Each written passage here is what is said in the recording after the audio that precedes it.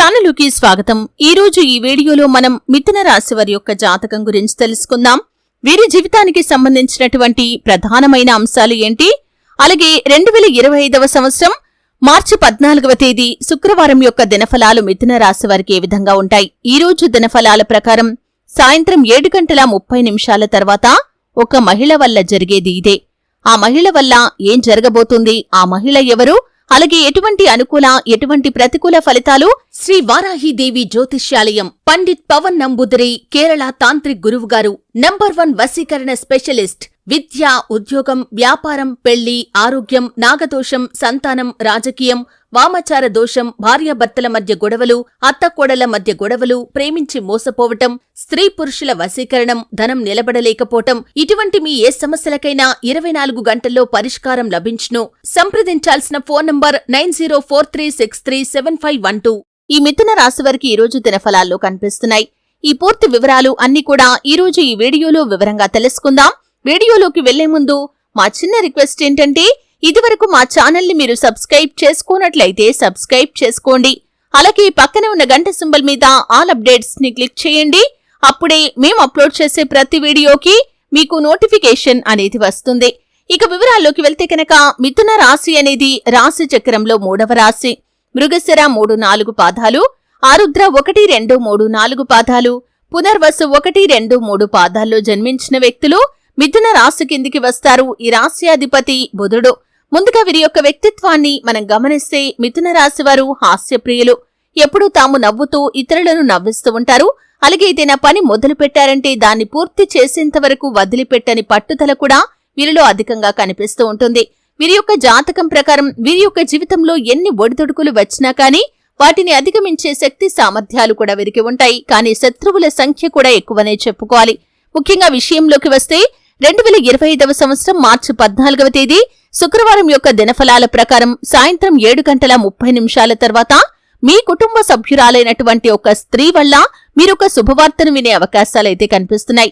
అంటే మీ కుటుంబానికి సంబంధించింది కావచ్చు, లేదా మీ యొక్క బంధువులకు సంబంధించింది కావచ్చు, మీ వ్యక్తిగత జీవితానికి సంబంధించింది కావచ్చు, ఏదైనా శుభవార్తను మీ కుటుంబ సభ్యురాలైనటువంటి ఒక మహిళ వల్ల మీరు వినే అవకాశాలు కనిపిస్తున్నాయి। ఇది మీకు మీ కుటుంబ సభ్యులకి చాలా ఆనందాన్ని ఇచ్చేటటువంటి వార్త అనే చెప్పుకోవాలి। ఇక మిగిలిన అంశాలు చూస్తే మిథున రాశి వారు ఎవరైతే వ్యాపారస్తులు ఉన్నారో వ్యాపార జీవితంలో మీరు ఈ రోజు చాలా మార్పులను చేర్పులను చేసే అవకాశాలు కనిపిస్తున్నాయి। వినియోగదారులను ఆకర్షించి మార్పులు చేర్పులు చేస్తారు।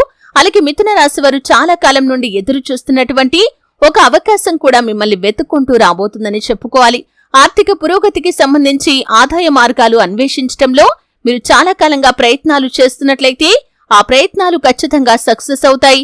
మీరు ఆదాయ మార్గాలను అన్వేషించగలుగుతారు, ఖచ్చితంగా శుభప్రదమైన ఫలితాలను చూడబోతున్నారు। అలాగే మిథున రాశి వారు ఎవరైతే చాలా కాలంగా ఒకే ఉద్యోగంలో కొనసాగుతూ మీకు ప్రమోషన్ పొందుకునే అర్హత ఉండి కూడా పొందుకోలేకపోతున్నారా, ఈ మధ్య మీ కార్యాలయంలో దాని గురించి చర్చ నడుస్తూ ఉన్నట్లయితే కనుక ఖచ్చితంగా గుడ్ న్యూస్ వింటారు। మీకు ప్రమోషన్ వచ్చే అవకాశాలు కనిపిస్తున్నాయి। మీ తోటి ఉద్యోగస్తుల ద్వారా కానీ మీ యొక్క పై అధికారుల ద్వారా కానీ దానికి సంబంధించినటువంటి శుభవార్తను మీరు వినబోతున్నారు।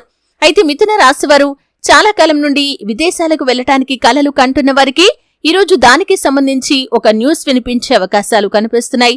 దూర ప్రయాణాలు చేసేవారు అపరిచిత వ్యక్తుల వల్ల మోసపోయే ప్రమాదం ఉంది, కాబట్టి ఈ అంశంలో తగిన జాగ్రత్త ఖచ్చితంగా తీసుకోవాలి। అలాగే రాజకీయ నాయకులకి ఈరోజు బాగా కలిసి వస్తుంది। వ్యవసాయ రంగంలో ఉన్నవారికి కూడా ఈ రోజు కలిసి వచ్చేటటువంటి రోజనే చెప్పుకోవాలి। కానీ కుటుంబ సభ్యులతో ఎవరైతే చాలా కాలంగా సమయం గడపలేకపోయారో ఈ రోజు వారితో ఎక్కువగా సమయాన్నైతే గడపబోతున్నారు।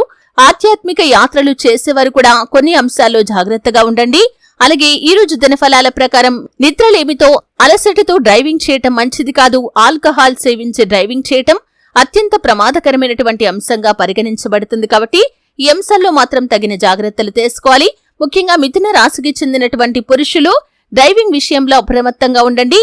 అలాగే పోలీసులతో వాగ్వాదాలు లేదా ట్రాఫిక్ నియమ నిబంధనలు ఉల్లంఘించడం ద్వారా కొన్ని సమస్యలు వచ్చే అవకాశాలు ఉన్నాయి, కాబట్టి ఈ అంశంలో తగిన జాగ్రత్త మీకు చాలా అవసరం। ప్రతికూలతలు అనుకూలంగా మార్చుకోవటానికి శివారాధన తప్పనిసరిగా చేసుకోండి। హనుమాన్ చాలీసా పఠించండి। శుభతిథి ఉన్న మంగళవారం హనుమంతుడికి పొడవాటి వస్త్రాన్ని సమర్పించండి। మీ శక్తి మేరకు దాన ధర్మాలు చేయండి। అపారమైన పుణ్యఫలాన్ని మీరు ఖచ్చితంగా పొందుకుంటారు। చూశారు కదండి, వీడియో నచ్చితే ఖచ్చితంగా లైక్ చేయండి. మరిన్ని మంచి మంచి వీడియోల కోసం ఇప్పుడే మా ఛానల్ని